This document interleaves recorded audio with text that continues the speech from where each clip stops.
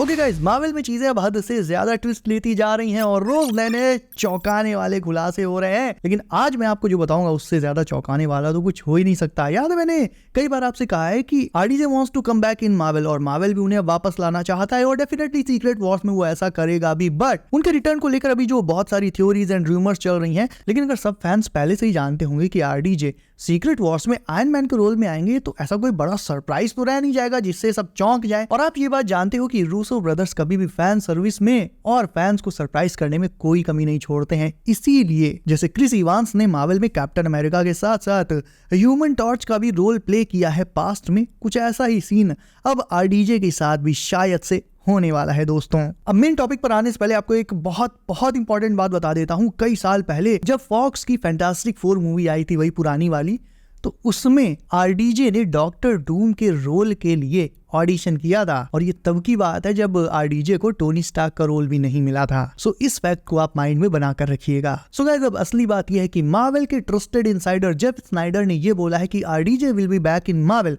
और वो Tony Stark के रोल में ही वापस आएंगे। अब आप बोलोगे तो इसमें क्या नया है, इसमें क्या शॉकिंग है, आरडीजे है तो भाई टोनी स्टार्क तो बनेंगे ही। शॉकिंग ये है कि आरडीजे भी है, टोनी स्टार्क भी है, बट आयरन मैन नहीं है। आयरन मैन की जगह he can be doctor Doom in the upcoming fantastic Four movie, जो कि अगले साल आनी है। यानी नई बात यह है दोस्तों कि ये जो नया टोनी स्टार्क होगा ये किसी और यूनिवर्स से होगा और जैसे अपने यहाँ का टोनी स्टार्क धीरे धीरे आगे चल के आयरन मैन बना, वैसे ही ये टोनी स्टार्क अपने यूनिवर्स में आगे चल के आयरन मैन नहीं बल्कि बनेगा डॉक्टर डूम। अब सुनने में काफी अजीब है, आई नो, मुझे भी अजीब लगा था, लेकिन दोस्तों इस पॉइंट पर सीरियसली ऐसी रिपोर्ट्स को हल्के में बिल्कुल नहीं लिया जाना चाहिए। कहा यह जा रहा है, रिपोर्ट्स ये कह रही हैं कि नेक्स्ट ईयर जो फैंटास्टिक फोर रीबूट मूवी आने वाली है उसमें मार्वल आरडीजे को बिल्कुल ही एक नए आउटलुक के साथ लाएगा एज अ टोनी स्टार्क ही, बट वो टोनी स्टार्क आगे चल के डॉक्टर डूम बनेगा most probably in that Fantastic Four movie. क्योंकि हर एक टाइमलाइन के सुपर हीरो की अपनी एक अलग स्टोरी होती है और ऐसे ही उस यूनिवर्स के यानी उस फैंटास्टिक फोर रिबूट वाले यूनिवर्स का जो टोनी स्टार्क है उसकी भी अपनी एक अलग कहानी है। वो जीनियस भी है, उसके पास भी वही दिमाग है, वही कूल पर्सनालिटी है और वही टेक्नोलॉजी है। लेकिन आप भी जानते हो ये सारी चीजें और किसके पास थी? डॉक्टर डूम के पास। डॉक्टर डूम भी एक जीनियस है और उसके अंदर पावर को पाने की बहुत ही ज्यादा तड़प है। मतलब लिटरली यार वो तड़पता है पावर के लिए। कुछ उसका माइंडसेट अपने टोनी स्टार्क जैसा ही है, बस दोनों में फर्क एक ही है, मेंटालिटी का। एक बंदा इविल है और एक अच्छा है। और हाँ, ये कोई बिल्कुल नई चीज नहीं है कि ऐसा पहली बार हो रहा हो, ऐसा कॉमिक्स में एक्चुअल में हो चुका है दोस्तों। जब विक्टर वॉन डूम यानी हमारे डॉक्टर धूम मचाले ये एक्चुअल में आयरन मैन बने थे और एक हीरो भी बन गए थे। सो ऐसा हो सकता है दोस्तों कि मार्वल अभी इसी स्टोरी लाइन को अडेप्ट करके आगे बढ़ने की सोच रहा हो। क्योंकि देखो, अभी फिलहाल इस पॉइंट पर जब मैं वीडियो बना रहा हूं तो मार्वल ने फैंटास्टिक फोर में डॉक्टर डूम के लिए ऑफिशियली किसी भी एक्टर को कास्ट नहीं किया है, यानी अभी वो पोजीशन खाली चल रही है।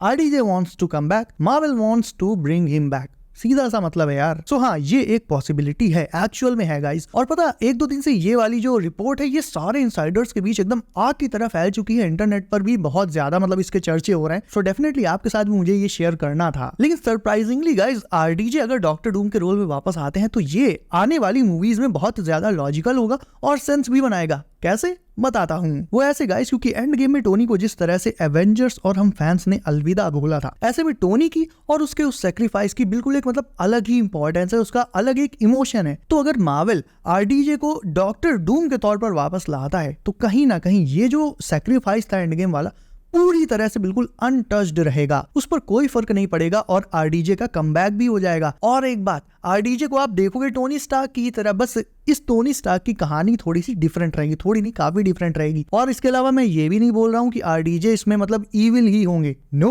डॉक्टर डूम कई बार एक हीरो की तरह बिहेव किया है, not always but many times. इसे आप पनिशर या फिर वेनम जैसे एंटी हीरो से कंपेयर कर सकते हो, जो लड़ते तो अच्छाई के लिए हैं लेकिन बाकी के सुपर हीरोज की तरह एनिमी को जिंदा छोड़ने या अरेस्ट कराने की गलती नहीं करते, सीधा 2 गज जमीन के नीचे। और आरडीजे का टोनी स्टार्क कैरेक्टर भी कहीं ना कहीं पहले काफी एरोगेंट रहा है, किसी की नहीं सुनता था अपने आगे। सो सेम यही चीज डॉक्टर डूम के अंदर भी है। तो आरडीजे तो नेचुरली यार इस रोल के लिए परफेक्ट हो ही जाते हैं। वो एक ऐसे अनस्टॉपेबल लाइक एक एंटी हीरो बन सकते हैं जो अपने आगे किसी की नहीं सुनता है और सिर्फ अपने हिसाब से डिसीजन लेता है। और यही चीज आरडीजे के इस डॉक्टर डूम कैरेक्टर को हमारी मेन एमसीयू वाली सीक्रेट टाइमलाइन के एवेंजर्स के लिए और भी बड़ा खतरा और भी बड़ा थ्रेट बना सकती है। कैसे?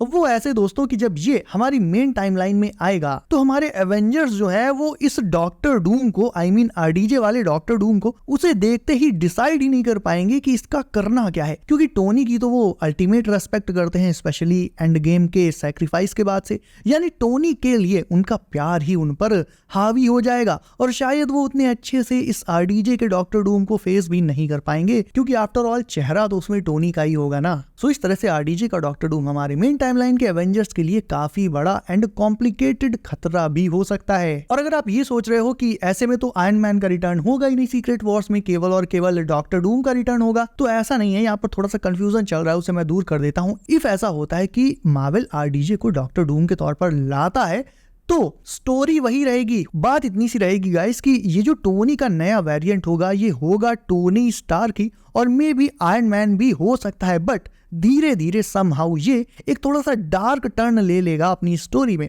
और आगे चलकर ये आयरन मैन से डॉक्टर डूम में बदल जाएगा। मतलब आयरन मैन का ऑफिशियल टाइटल नहीं लेगा बल्कि डॉक्टर डूम का ऑफिशियल टाइटल लेगा। लेकिन दोस्तों इसके सूट में, इसके अपीयरेंस में आयरन मैन का भी एक हिस्सा डेफिनेटली होगा गाइस। और अगर आप इन दोनों कैरेक्टर्स को कंपेयर करते हो, आरडीजे के टोनी स्टार्क को और डॉक्टर डूम को, विक्टर वॉन धूम मचाले को, तो दोनों के दोनों सुपर जीनियस हैं।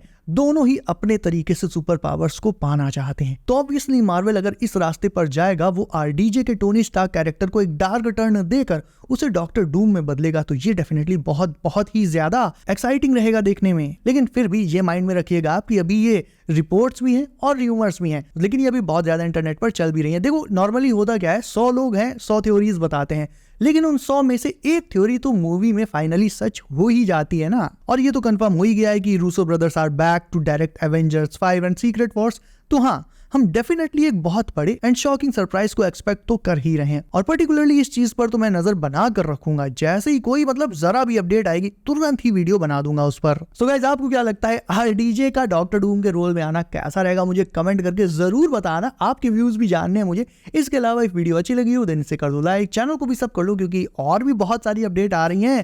कॉमिक कॉन आ रहा है यार, सब कर लो, बेल आइकन प्रेस कर दो। अपना ख्याल रखिए गाइस। मेरा नाम है doctor Doom and I will see you in next one. I wanna be the best in the game, invest in my name, check no restraints, I'm obsessed with the pain, I ingest, I retain, assess and I change, possessed by the thought I'll be free one day from society's restraints, money, clout and fame, a disease, a plague, we all love to hate, have to play the game, have to make a name, all our insecurities are on display. This is war with the enemy, think that it was meant to be, living in a time where disease is on every screen, I won't let them fester me, I know most are festering, negativity is a plague for the mentally